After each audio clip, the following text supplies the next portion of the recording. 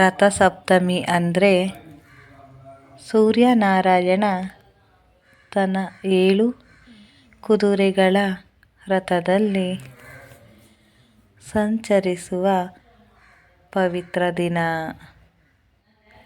ಈ ದಿನದಿಂದಲೇ ಸೂರ್ಯನು ಉತ್ತರಾಯಣಕ್ಕೆ ಪೂರ್ಣವಾಗಿ ಪ್ರವೇಶ ಮಾಡುತ್ತಾನೆ.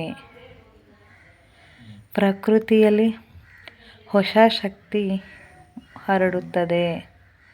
ಮನುಷ್ಯನ ದೇಹ ಮನಸ್ಸಿಗೂ ಹೊಸ ಶಕ್ತಿ ಸಿಗುತ್ತದೆ. ಹಳೆಯ ಶಾಸ್ತ್ರಗಳಲ್ಲಿ ಹೇಳಲಾಗಿದೆ, ರಥಸಪ್ತಮಿಯ ದಿನ ಸೂರ್ಯನನ್ನು ದರ್ಶನ ಮಾಡಿದರೆ ಜನ್ಮ ಜನ್ಮಾಂತರದ ಪಾಪಗಳು ಕ್ಷಯವಾಗುತ್ತವೆ.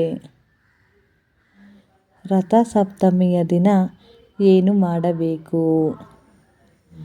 ರಥಸಪ್ತಮಿಯ ದಿನ ಬೆಳಿಗ್ಗೆ ಸ್ನಾನ ಮಾಡಿ ಪೂರ್ವ ದಿಕ್ಕಿಗೆ ಮುಖ ಮಾಡಿ ಸೂರ್ಯೋದಯ ಸಮಯದಲ್ಲಿ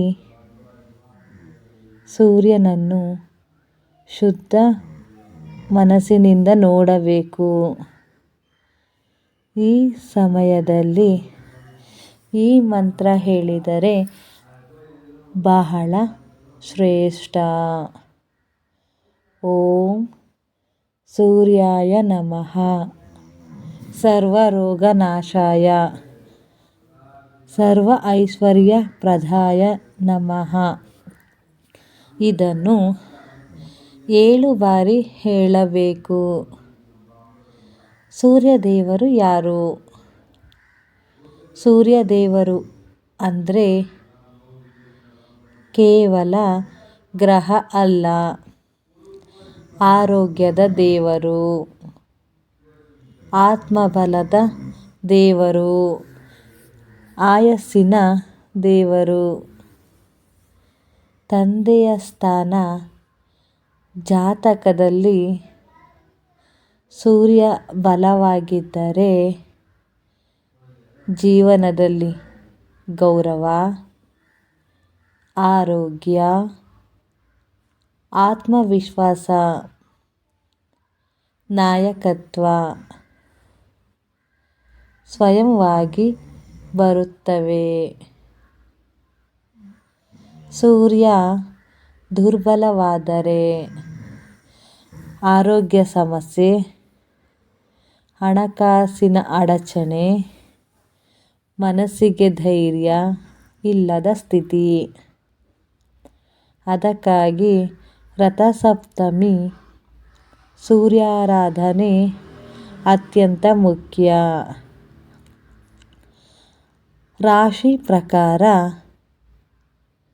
ಸೂರ್ಯನ ಕೃಪೆ ಮತ್ತು ಫಲ. ಮೇಷರಾಶಿ. ಸೂರ್ಯ ನಿಮ್ಮ ಭಾಗ್ಯ ಸ್ಥಾನದಲ್ಲಿದ್ದಾನೆ.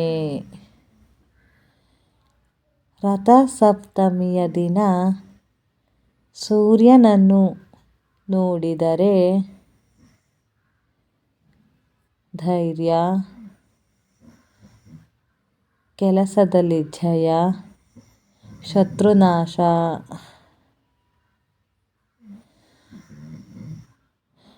ವೃಷಭ ರಾಶಿ. ಸೂರ್ಯ ಕರ್ಮಸ್ಥಾನಕ್ಕೆ ಶಕ್ತಿ ಕೊಡುತ್ತಾನೆ. ಈ ದಿನ ಸೂರ್ಯಾರಾಧನೆ ಮಾಡಿದರೆ ಉದ್ಯೋಗ ಸ್ಥಿರತೆ, ಹಣಕಾಸು ಸುಧಾರಣೆ, ಕುಟುಂಬ ಶಾಂತಿ. ಮಿಥುನ ರಾಶಿ. ಸೂರ್ಯ ಬುದ್ಧಿಗೆ ಶಕ್ತಿ ಕೊಡುತ್ತಾನೆ. ಈ ದಿನ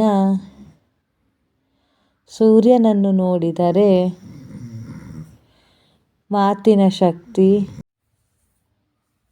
ಬಿಸ್ನೆಸ್ ಬೆಳವಣಿಗೆ. ಹೊಸ ಅವಕಾಶಗಳು ದೊರೆಯುತ್ತವೆ.